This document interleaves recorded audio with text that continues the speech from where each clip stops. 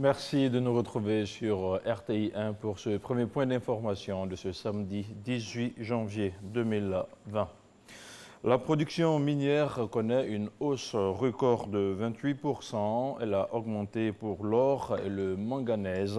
Sur l'exercice 2019, le métal jaune a atteint le niveau de 32,4 tonnes.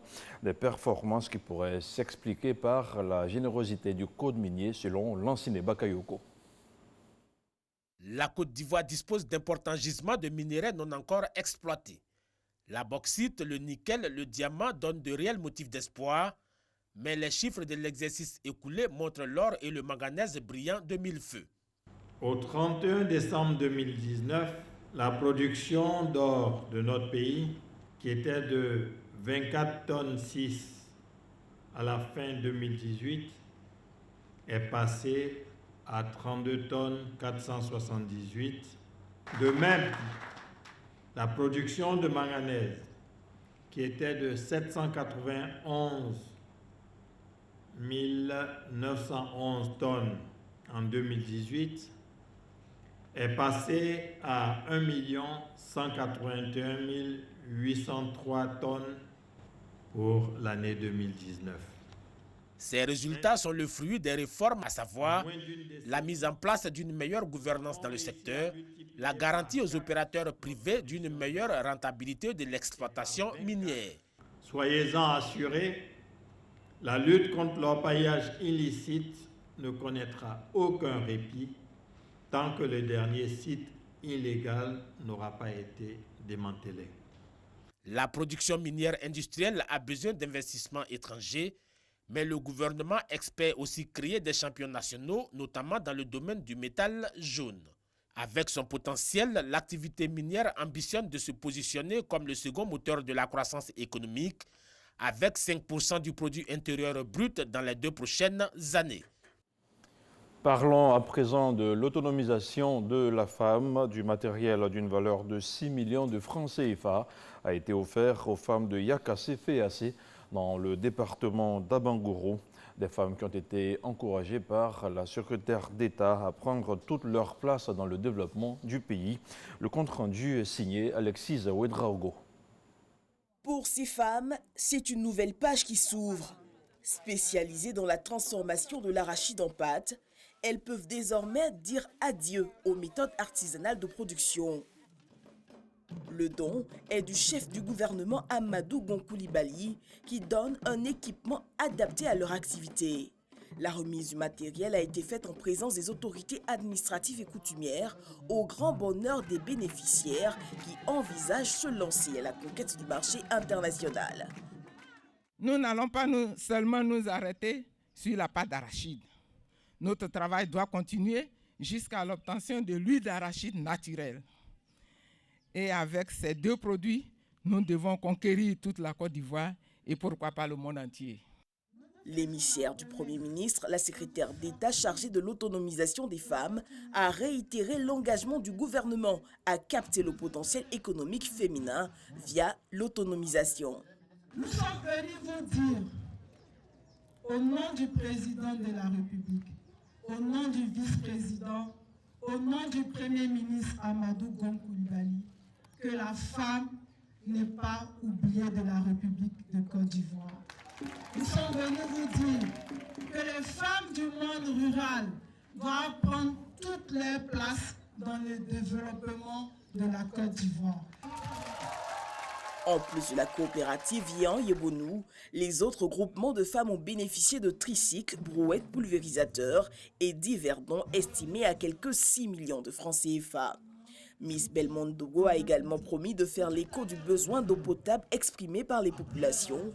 La secrétaire d'État a été élevée au rang de reine-mère avec pour nom d'intronisation Coco Djobi, du nom de la première reine-mère du canton Féassé. La CEI, la Commission électorale indépendante, dresse le bilan de l'année 2019 et fixe ses objectifs pour 2020. C'est une année électorale et de grands défis qui attendent l'institution. Au cours d'une cérémonie de présentation de vœux, son président, Ibrahim Kouibier Coulibaly, s'est voulu rassurant sur la bonne tenue de prochaines élections. Le compte-rendu de Sidonie Davila. 2020, une année qui suscite beaucoup d'espoir pour le personnel administratif et technique de la CEI. La commission électorale indépendante chargée des élections en Côte d'Ivoire prend l'engagement en cette année nouvelle d'agir avec tout son personnel pour organiser des élections libres, paisibles et transparentes. La décennie s'ouvre avec l'élection à venir du président de notre chère République, la Côte d'Ivoire. La question soulève ici des passions plus que de raisons.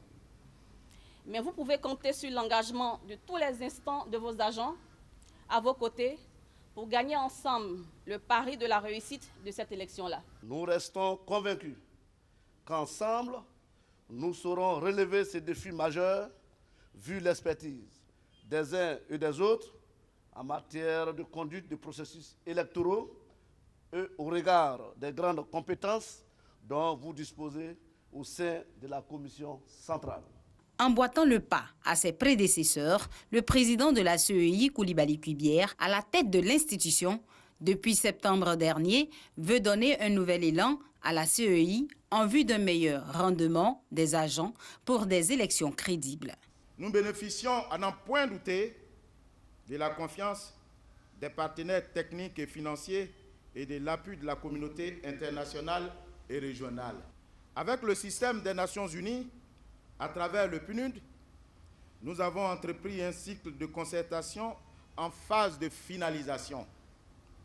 Nous bénéficierons ainsi de l'accompagnement de partenaires bilatéraux et multilatéraux pour les élections paisibles et crédibles. Après une année paisible et positive écoulée, l'équipe de Coulibaly Kuibière compte aller plus loin en faisant un sans faute pour cette année électorale. Comment sécuriser toute l'étendue du territoire national pour les prochaines élections? La question était au cœur d'une rencontre des forces armées ivoiriennes qui se verront renforcer leurs capacités. Le chef d'état-major général des armées a échangé avec l'ensemble des chefs militaires à Boussanogo. Place d'armes générales de corps d'armée Ouattara Paul Toumadakin de l'état-major général des armées. Les armées ivoiriennes, après s'être bien illustrées au cours de l'année 2019, par leur abnégation, entendent relever un autre défi. Mon général, les FACI se tiennent à votre disposition pour relever les défis de l'année 2020, notamment la sécurisation du processus électoral en collaboration avec les forces de première catégorie et l'élaboration de la prochaine loi de programmation militaire dans un contexte sous-régional marqué par la résurgence du terrorisme. En retour, le chef d'état-major général des armées, le général de corps d'armée Lassina Doumbia, tout en leur réitérant sa confiance, les a invités à tenir leur rôle. 3 paramètres doivent désormais nous guider, et en particulier au cours de cette année électorale 2020. Premièrement, la cohésion entre nous, au sein de nos unités, avec les autres unités et avec l'ensemble des forces de défense et de sécurité. Deuxièmement, la confiance mutuelle, la franchise dans nos rapports avec les autres et dans l'exécution de nos tâches.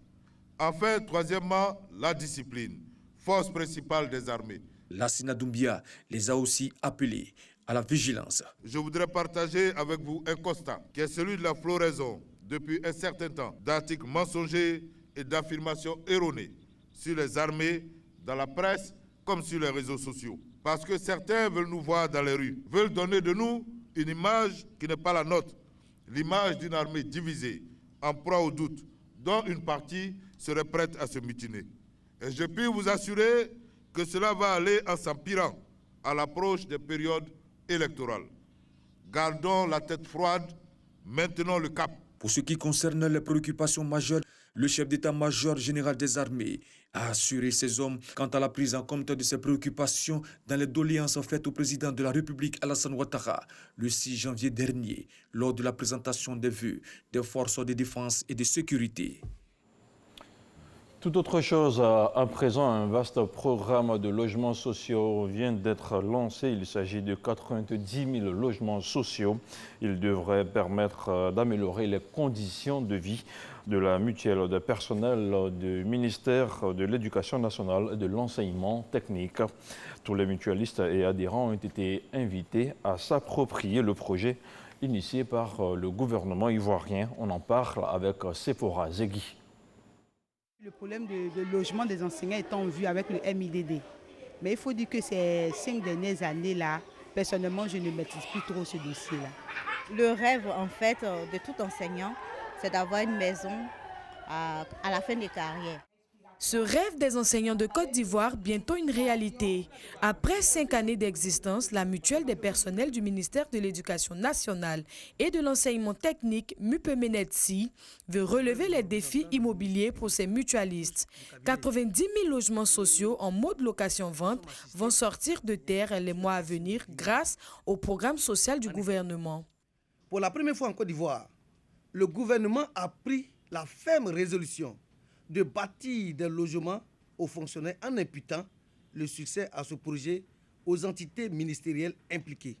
Le projet immobilier porté par Madame la ministre de l'Éducation nationale, de l'enseignement technique et de la formation professionnelle au profit des personnels sous sa tutelle et chapeauté par la MUPEMENETSI est donc une déclinaison de la volonté gouvernementale en matière de logement. Il s'agit d'un projet immobilier sans apport initial qui lève toute soupçon d'anarque. Car sans maison habitée, pas de prélèvement. Michael Boko tient à rassurer les enseignants qui ont encore des doutes sur ce projet que tous les moyens seront mis en œuvre avec les partenaires institutionnels pour rendre cette opération effective. Dans 2 mois, le démarrage des travaux. Les enseignants sont donc invités à se faire enregistrer sur la plateforme en ligne www.mupemenetsi.org. Parlons à présent de religion. Les évêques catholiques tiennent leur 114e assemblée générale plénière à Lata, dans une localité de la cité du Poro. L'ouverture des travaux s'est déroulée en présence du nonce apostolique présent en Côte d'Ivoire et des autorités locales. En gros, les participants vont plancher sur les questions relatives à la bonne marche de l'Église catholique. C'est une correspondance signée Charles Tatou. Les évêques catholiques de Côte d'Ivoire sont à Lata, dans le département de Korogo. Ils mènent des réflexions en faveur de la bonne marche de l'Église catholique. Ils plancheront aussi sur certains mots qui minent la société en vue de prévenir les abus. Nous vivons dans une société concrète qui connaît ses difficultés, mais qui connaît aussi ses grandeurs. Comment l'Église, dans la société ivoirienne, en vivant sa propre communion, peut aider la société à vivre et réconcilier. Aujourd'hui, chaque paroisse fait ce qu'elle peut, chaque diocèse fait ce qu'il peut, et il y a une sorte de disparité dans le traitement et tout cela. Alors donc la péréquation sera au cœur aussi des travaux. Cette rencontre spirituelle s'inscrit dans le cadre de la 114e assemblée plénière de la conférence des évêques. Elle a pour thème central la communion au service de la réconciliation.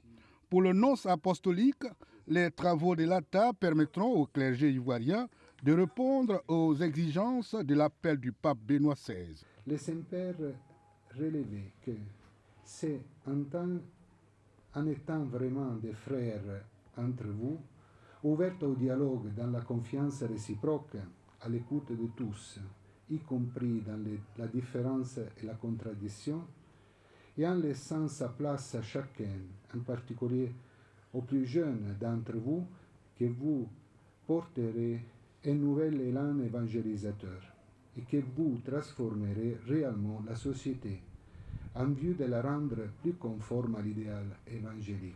La réconciliation, en termes de paix et de cohésion sociale, préoccupe beaucoup le clergé ivoirien en ce moment. Une messe d'action de grâce pour la relance des activités de sensibilisation a ponctué l'ouverture des travaux. Elle totalise 45 ans de présence sur la scène musicale. L'artiste chanteuse Aïcha Koné et son staff vont organiser son anniversaire. Pour l'occasion, un concert anniversaire sera donné. Il sera suivi de la sortie d'un album de 30 titres. Le reportage de Serge Pacom Didi est commenté par Abou Sanogo. Aïcha Koné, fer de lance de la musique ivoirienne et féminine moderne, draine derrière elle 45 années de présence sur l'échiquier musical ivoirien et même africain. 45 ans de carrière que l'artiste compte célébrer cette année par un concert anniversaire inédit. Aïcha Koné annonce déjà les couleurs de cette célébration avec Merci, un bijou sonore de 30 titres. À Douma, Aminata, des tubes de l'artiste remixés aux nouvelles sonorités et des chansons inédites qui appellent à la paix, à la réconciliation nationale, au pardon. Aïcha Koné mérite une reconnaissance nationale. On n'a jamais cessé de fêter les artistes, notamment ceux qui ont marqué leur époque. Aïcha, c'est 5 décennies de présence sur la scène. Je crois que c'est un exemple assez rare sur le continent. Et en plus, elle a été parmi les premières chanteuses modernes de la chanson en Côte d'Ivoire. La diva, la Mama Africa, mériterait vraiment qu'elle soit honorée par son pays, avec tout ce qu'elle a fait pour l'Afrique et vraiment pour le monde entier, je dirais, parce qu'elle a eu un disque d'or, 2 disques d'or. La diva, la cantatrice, l'impératrice, Mama Africa, que de superlatifs pour qualifier Aïcha Koné. C'est la même qui a forgé ses armes au sein de l'orchestre de la radiodiffusion télévision ivoirienne ORTI, aux côtés des virtuoses de la musique africaine, dont Manu Dibango et Bonkanda Maïga. J'ai commencé ce métier avec pas mal, mais qui n'ont peut-être pas eu la même chance que moi. C'est vrai qu'il y a eu des hauts et des bas, mais le Seigneur a toujours été présent pour me secourir. Aïcha Koné veut ainsi dire merci à ce public qui la soutient depuis maintenant 45 ans. Place à présent à l'actualité internationale avant de refermer ce point d'information. La Cour constitutionnelle du Togo a rendu public vendredi 7 candidatures retenues sur les 10 dossiers. Des dossiers qui lui ont été soumis pour l'élection présidentielle du 22 février prochain, dont celle du président sortant Faure Gnassingbé. Les 6 autres candidats sont tous issus de l'opposition. Selon la nouvelle constitution adoptée en mai 2019, le président de la République est élu au scrutin uninominal majoritaire à 2 tours et à la majorité absolue des suffrages exprimés. Et puis à Ouagadougou, au Burkina Faso, au moins 6 militaires ont trouvé la mort vendredi dans l'explosion d'une bombe artisanale près d'Arbinda, dans le nord du pays, a annoncé hier dans la soirée l'armée. Il s'agissait d'un véhicule d'une unité du groupement de forces pour la sécurisation du Nord en mission de reconnaissance. L'explosion a tué 6 militaires et blessé un autre. Des opérations de ratissage sont actuellement en cours dans la zone, a rajouté la même source. Et c'est ici que l'on s'arrête pour ce premier point d'information sur RTI 1. Merci à vous tous qui l'avez suivi. Retrouvez à 13h Hamza Diaby. L'information continue sur le www.rti.ci. À demain, 6h30.